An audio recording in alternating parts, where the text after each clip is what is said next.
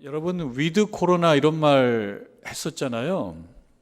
그 표현이 보면 참 있어 보이는 표현 같아요. 이 뜻도 그렇고 그다음에 발음도 그렇고 이 단어 모양도 그렇고 뭔가 좀 있어 보이는 그러한 말이어서 좋았습니다.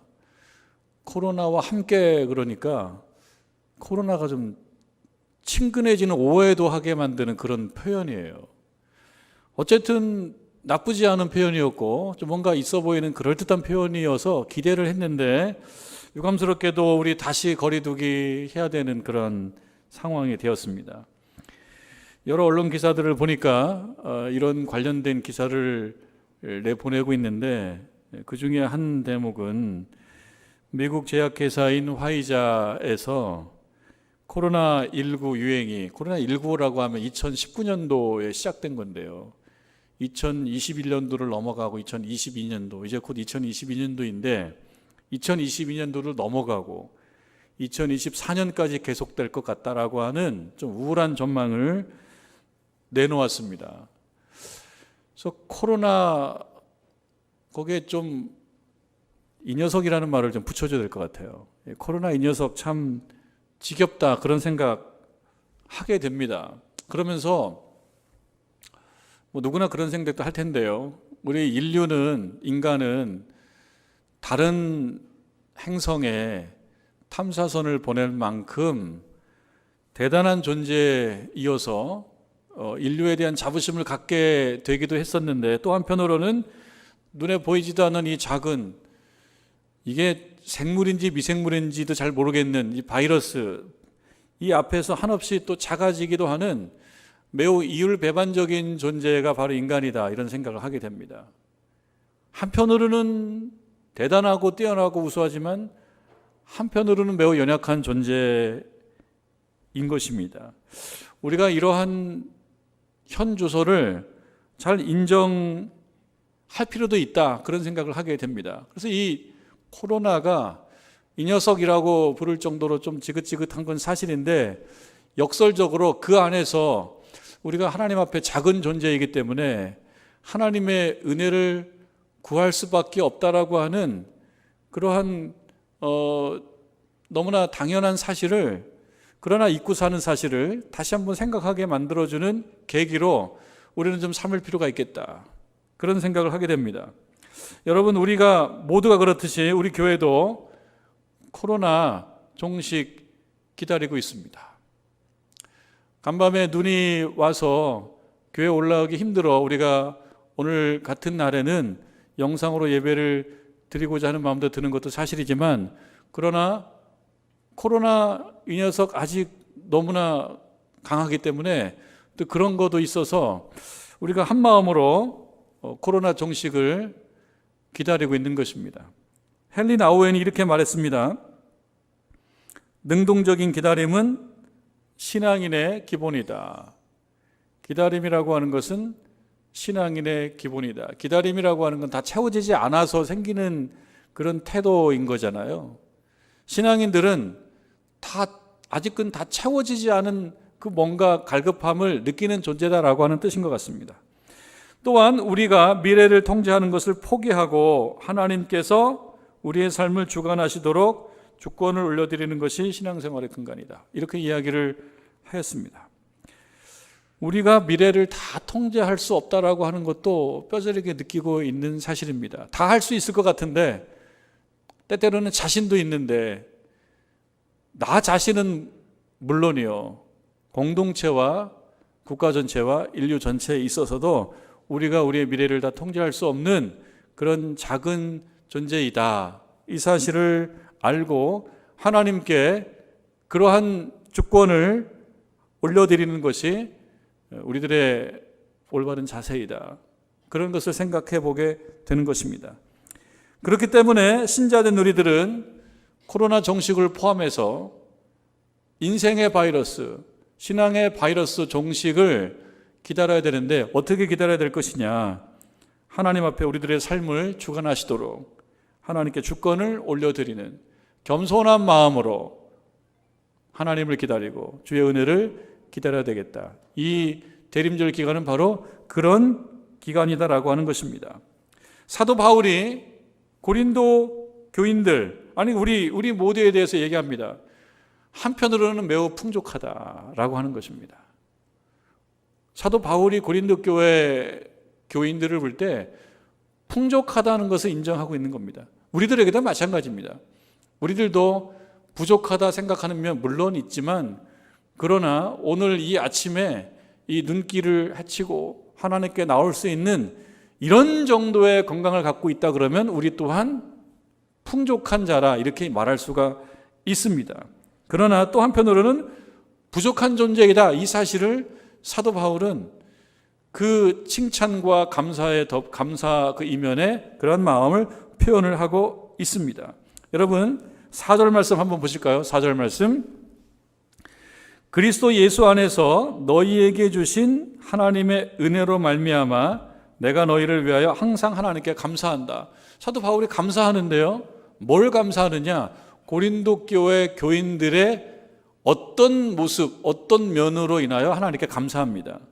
5절 말씀에 보면 이는 너희가 그 안에서 모든 일, 곧 모든 언변과 모든 지식의 풍족함으로.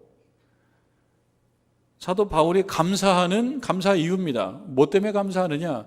너희들이 풍족하다는 거예요. 지금 여기에서는 언변과 지식이라고 얘기했습니다. 그런데 우리들로 얘기하자면 우리들에게 있어서도 뭔가 풍족한 것이 있습니다. 여러분들도 한번 받은 복을 잘 세어보시면 풍족한 것이 있습니다. 받지 못한 것을 생각하면 모든 게 부족하지만 받은 것, 누리고 있는 걸 생각하면 풍족합니다. 그런데 이 풍족이 무엇으로부터 비롯된 것이냐에 대해서 사도 바울이 얘기합니다. 4절 읽으신 말씀인데요, 너희에게 주신 하나님의 은혜로 말미암아 감사한다. 너희들이 풍족한데 그 풍족함이 어디로부터 기인한 것이냐? 하나님의 은혜로부터 기인한 것이다. 이렇게 이야기를 하고 있습니다. 그렇게 보면 이 말씀은요, 이중적입니다. 어떤 면에서 이중적이냐? 고린도 교회 교인들, 당신들은 언변과 지식에 있어서 풍족하다. 그러니까 이 말을 듣는 고린도 교회의 교인들 생각에 우리들이 풍족하구나. 무엇에 있어서? 언변과 지식.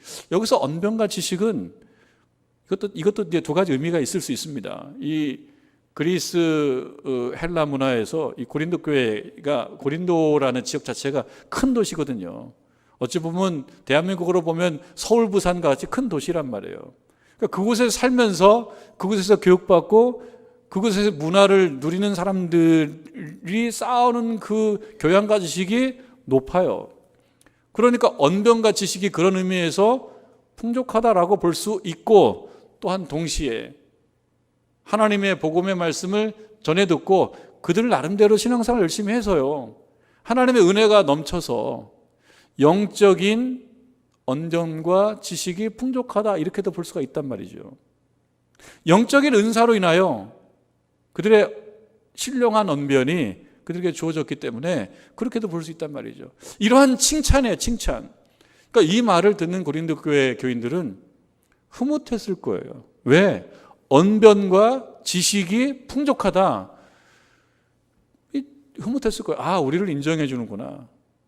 사도 바울이 볼 때 우리들은 언변과 지식이 충분하구나, 이렇게 생각해 볼 수 있는 한 가지 면이 있지만, 그러나 하나님의 은혜로 말미암는다라고 하는 이 아름다운 표현이지만 사실은 가시가 있는 표현이기도 합니다. 하나님의 은혜로 인하여 너희들에 대해 하나님께 감사를 드립니다. 너희들을 향한 하나님의 은혜로 인하여 내가 하나님께 감사한다. 이게 흐뭇해할 것만 있는 것이 아니고요, 내가 누리고 있는 이 풍족함이라고 하는 것은 내 실력으로 만들어진 것이 아니고 하나님께서 은혜로 주신 거라고 하는 사실, 그러니까 이것은 좋은 말 같으면서 또 한편으로는 뭐예요? 자랑할 거 없다라고 하는 입단속을 먼저 시키는 거예요. 잘 들으면 좋은 말 같은데 한편으로는 그 안에 따끔함이 있습니다. 이 얘기는요, 나중에 우리가 성경 말씀 고린도전서 말씀을 읽어가게 되면 또 알게 되는 것인데 4장 7절 말, 고린도서 4장 7절은 이렇게 말하고 있어요. 누가 너를 남달리 구별하였느냐? 누가 구별하였느냐? 내게 있는 것 중에 받지 아니한 것이 무엇이냐? 이런 말씀을 해요. 4장에서 보면. 그러니까 처음에 내가 너희들의 언변과 지식이 풍족하기 때문에 감사한데, 하나님께 감사한다. 근데 이 감사를 잘 보면 하나님의 은혜로 인한 것이기 때문에 감사하다. 이 말은 4장 7절 말씀으로 얘기하자면 너희들이 누리고 있는 이 풍족함 중에 받지 않은 것이 어디가 있느냐? 이만 다른 말로 얘기하면 뭡니까? 교만할 이유가 없다는 거예요.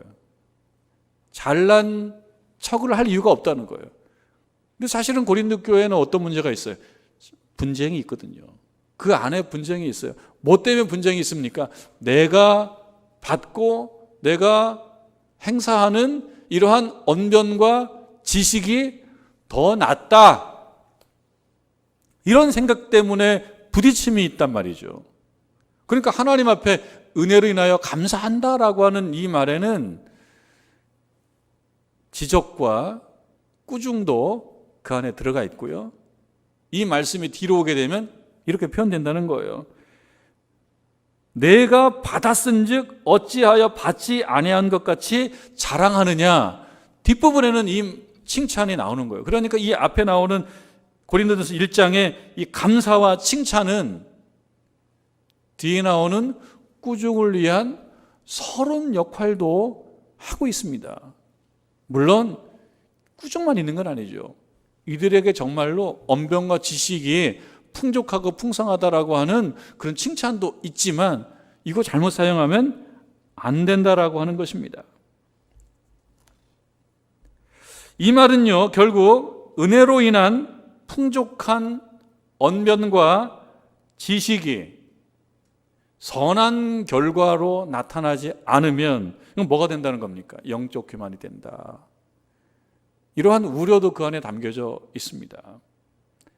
우리가 사람을 대할 때 사람에 대해서 감동하는 것은요, 그 사람이 가지고 있는 언변과 지식의 풍족함 때문만은 아닙니다. 처음에는 그렇게 생각해요. 언변과 지식이 풍족하면 처음에는 뭔가 좀 우러러 보이고 훌륭해 보이고 이렇게 위로 올려다보게 되는 그런 면이 우리들에게 있습니다, 사실. 그러나 시간이 지나면 그거는 다 평준화가 된단 말이에요. 언변과 지식의 풍족함이 영원히 가는 것이 아니란 말이죠. 무엇을 가지고 사람을 감동시키느냐?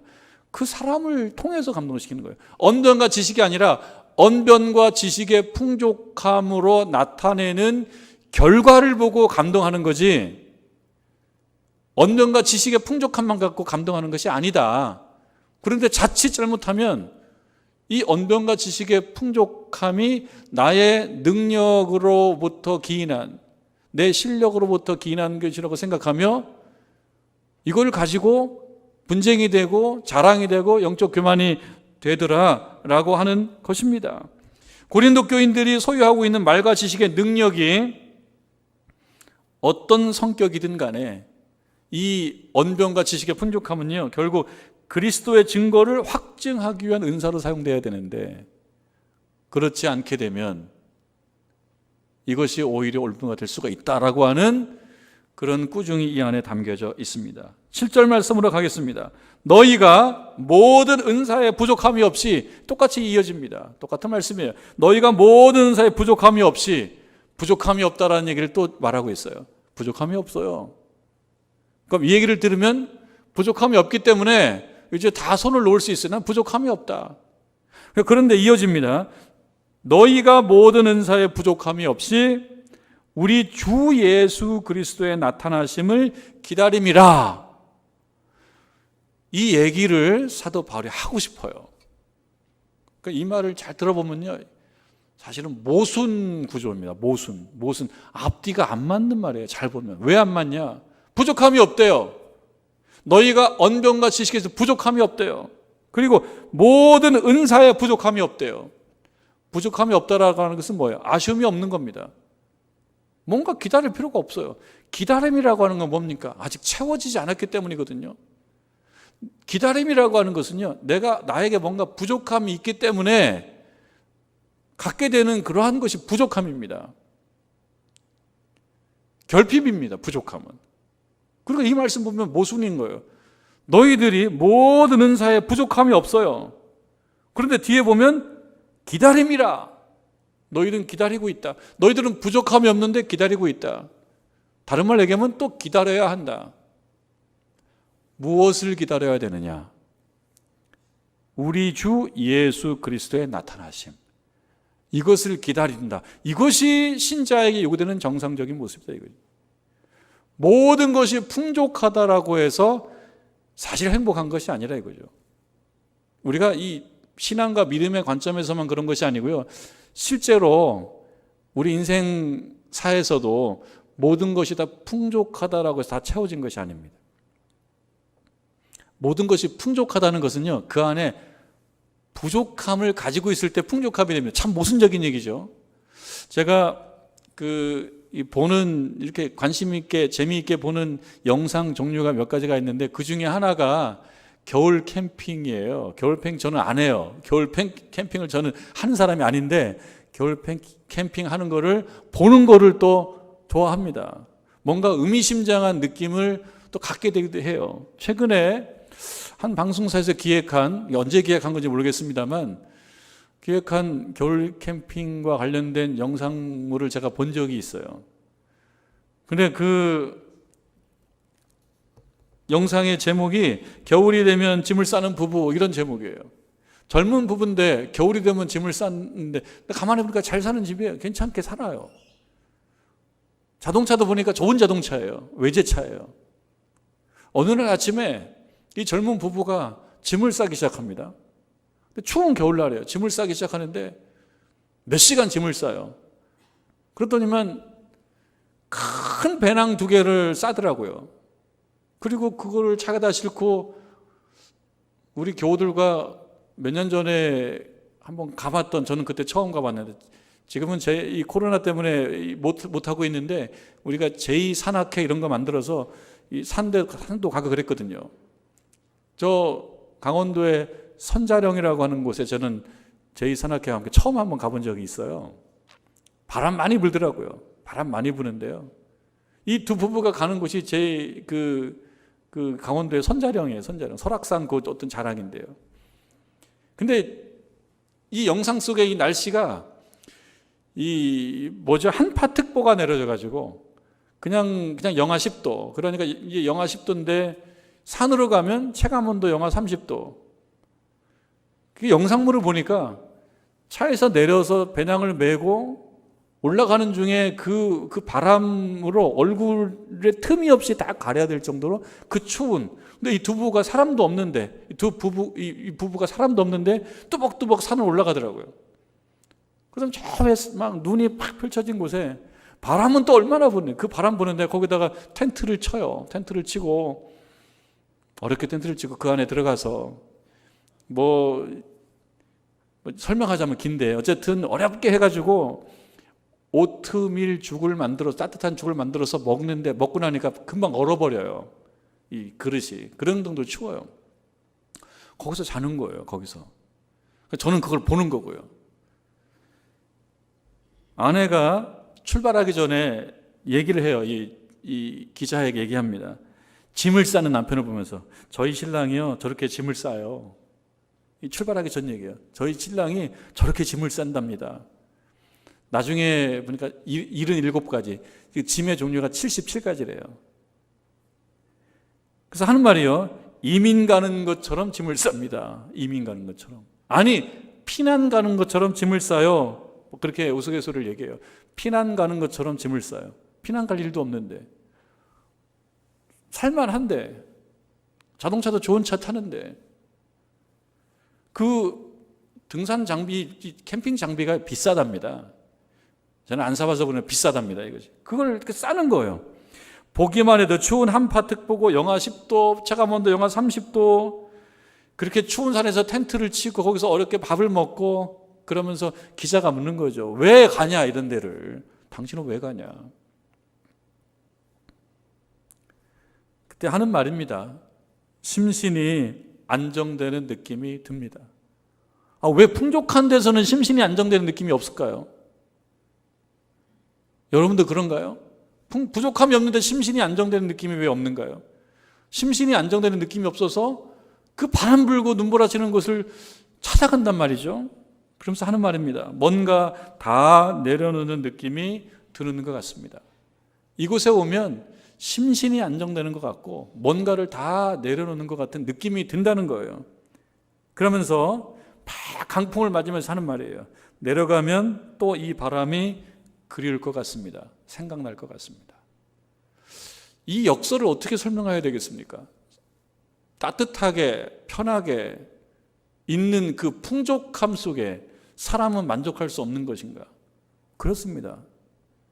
인간은 부족함이 없는, 아무것도 바람이 없는, 소망이 없는, 다 채워진 것 같은 그 자리에서 역설적으로 행복함과 편안함과 만족감을 느끼지 못하는 존재이라는 거예요.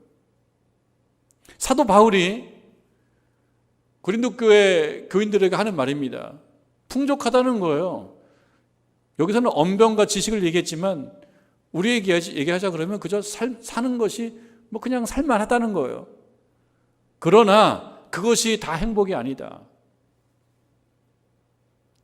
뭔가 본질적으로 구하는 부족함을 느끼는 것이 그게 행복이다라고 얘기하는 겁니다. 그래서 여기 나오는 것처럼 너희가 모든 은사에 부족함이 없어요. 그런데 우리 주 예수 그리스도의 나타나심을 기다린다. 이건 다른 말로 얘기하면 기다려야 한다. 또 다른 말로 얘기하면 우리 주 그리스도 예수에 대한 갈증을 느껴야 되고, 그 갈증은 다른 말로 소망인데 그 소망을 느껴야 되고, 그 소망을 느끼면서 우리가 살아가는 이 삶을 살아가야 된다. 신자는 그래야 된다. 다 채워지고 풍족하고 그런 감정에 사로잡혀 있다 보면 이건 뭐로 빠지게 된다는 거예요? 영적 교만. 영적 교만으로 빠지게 되면 하나님의 의식이 올바르지 않다는 겁니다. 그러면서 여러분 8절로 한번 가봅니다. 8절로. 주께서 너희를 우리 주 예수 그리스도의 날에 책망할 것이 없는 자로 끝까지 견고하게 하실 것이다. 굉장히 은혜로운 말씀인데 이건 또 한편의 명령이기도 한 거죠. 주께서 너희를 우리 주 예수 그리스도의 날, 우리 주 예수 그리스도의 날은 어떤 날이냐? 그 날에 책망할 것이 없는 자로 너희들이 평가받으면 좋겠다. 그러니까 그리스도의 날은요, 한편으로는 좋은 날이지만 한편으로는 안 좋을 수도 있는 날이에요. 왜냐? 그 날이 되면 책망할 것이 있는가, 책망할 것이 없는가로 구분이 돼요. 나뉘게 된다는 거예요. 그냥 우리 주의 날이 그냥 좋은 날이기만 한 것이 아니고 그 날이 되면 책망할 것이 없는 자가 될 수도 있고 책망할 것이 있는 자가 될 수도 있다. 그럼 책망할 것이 있는 자가 되면 어떻게 된다는 거예요? 책망받는다는 거죠. 책망받는다라고 하는 것은 안 좋은 거지 않습니까? 그러니까 사도 바울이 이들을 향해서 하는 말이 너희들이 풍족한데 그 풍족에 빠져 있게 되면 주의 날에 어떻게 된다는 거예요? 책망받을 것이 있는 자들로 분류가 되면 그것은 본질적인 불행이다. 그런 이야기를 하고 있습니다. 고린도전서 3장으로 가게 되면 3장 10절 이후로 가게 되면요, 사도 바울이 이 말을 좀 더 확장해서 얘기를 합니다. 내가 너희들 가운데 예수 그리스도라고 하는 터를 일단 제공했다. 예수 그리스도라는 터를 제공했으니까 이 터에서는 벗어나지 말아라. 뭔가를 짓고 건축을 하고 이거 좋은데 이 터를 벗어나지는 말아라. 이것이 사도 바울이 고린도 교회 교인들에게 꼭 하는 말이고 우리들에게도 하는 말입니다. 인생 살면서 다양하게 살 수 있다. 똑같이 살 수는 없죠. 우리들도 다 다양하게 살죠.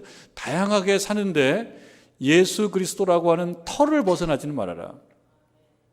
그리고 인생과 신앙에 건축물을 건축하게 되어 있다. 누구든.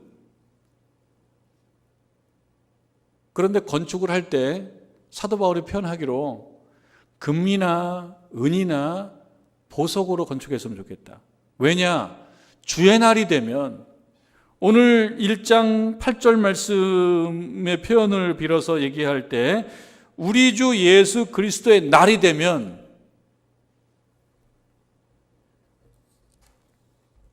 고린도전서 3장 10절 이후에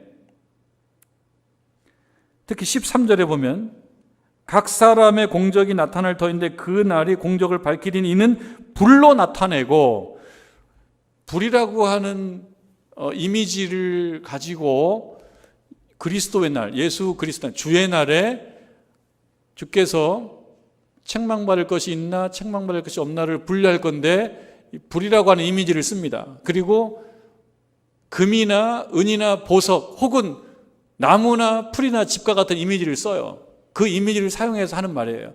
그 주의 날에 주께서 나타나셔서 불로서 시험을 하실 텐데, 예수 그리스도라고 하는 터 위에 너희들이 세운 건축물이 만약에 지프로 되어 있다, 이건 안 좋은 거예요. 왜? 불로 시험할 때, 불로 휙 할 때 이게 다 타버리거든요. 그러면은 이 땅에 살면서 해놓은 게 없는 거예요. 한 것이 없는 거예요. 그렇게 되면 어떤 존재가 된다는 겁니까? 책망받을 존재가 된다는 거죠. 하나님께서 버리지 않는다고 해도 상급이 없다는 거예요. 그러니까 예수 그리스도라고 하는 터 위에 인생 살면서, 이 인생을 살아가면서 인생과 신앙의 건축물을 지을 텐데, 휙 없어지는 지프로 지은 건축물을 짓지 말고 금이나 은이나 보석으로 집을 지어서 견고하게 집을 지으면 살아가라. 1장 9절에 보면요, 너희를 불러 그의 아들 예수 그리스도 우리 주와 더불어 교제하게 하시는 하나님은 미쁘시도다. 미쁘시도다라고 하는 말은 신실하시다, 변함이 없으시다. 그 하나님께서는 변함이 없으시기 때문에 그 하나님과 너희들이 동행하게 되면 이 일은 가능할 것이다. 그런데 하나님과 동행하고 동행하지 않고는 너희들에게 공을 넘기겠다. 만약에 언변과 혹은 구변과 지식의 풍족함에 취해서 그게 하나님의 은혜로부터 기인한 것임을 모르고 영적 교만으로 간다라고 하는 것은 미쁘신 우리 하나님과 동행하지 않는 것을 의미하고, 미쁘신 우리 하나님과 동행하지 않는다라고 하는 것은 주의 날에 책망받을 자로 분류가 되는 것을 말하고, 책망받을 자로 분류가 된다라고 하는 것은 상급 없는 마무리가 된다라고 하는 것. 그것을 잘 생각해 봐라. 우리가 대림절 기간을 보내고 있지 않습니까? 우리 예수님을 기다린다라고 하는 것은 무엇이겠습니까? 우리 예수님에 대해서는 우리가 부족하고 갈급한 존재다라고 하는 것을 회복을 하고 점검을 해라라고 하는 그런 말씀입니다. 주를 사모하고 주를 묵상하고 주를 경배하고 주를 전하고 있는지를 한번 점검해보고, 그게 부족하다 그러면 회복하며 나아가라라고 하는 것입니다. 그런 의미에서 교회는, 아니 모든 교인들은 그날을 준비해야 된다. 그날은 어떤 날입니까? 주의 날입니다. 주의 날은 심판의 날이다. 분류하는 날이다. 누가복음 12장에 나오는 어리석은 부자에 대한 비유가 있어요. 예수님께서 어리석은 부자에 대한 비유를 하셨어요. 부족함이 없어요. 그 부자가 부족함이 없어요. 이것이 다 될 줄 알았어요. 그리고 여러 해 쓸 물건을 쌓아놓고 편안히 쉬는 것이 다 끝나는 줄 알았어요. 뭐에 대한 관심이 없었냐? 영혼에 대한 관심이 없었어요. 육신으로 부족함이 없이 곳간에 곡식을 쌓아놔서 풍족하다, 나는 부자다라고 한다는 것, 그거는 인간이 모든 걸 할 수 있다고 생각해서 그런지 모르겠지만, 인간은 눈에 보이지 않는 생물인지 아닌지도 모르는 그 바이러스 앞에서도 무력한 존재다라고 하는 사실을 몰라서 그래요. 하룻밤에도 데려갈 수 있다는 거예요. 실제로 요 사이에 우리가 너무 무뎌져서 그렇지 확진자가 200명 정도 나올 때는 막 다 세상이 끝난 것 같았는데 지금은 6,000명, 7,000명이 나오는데도 그때보다 편안해요. 이게 참 모순적이에요. 우리도 정신을 잘 차려야 되겠다.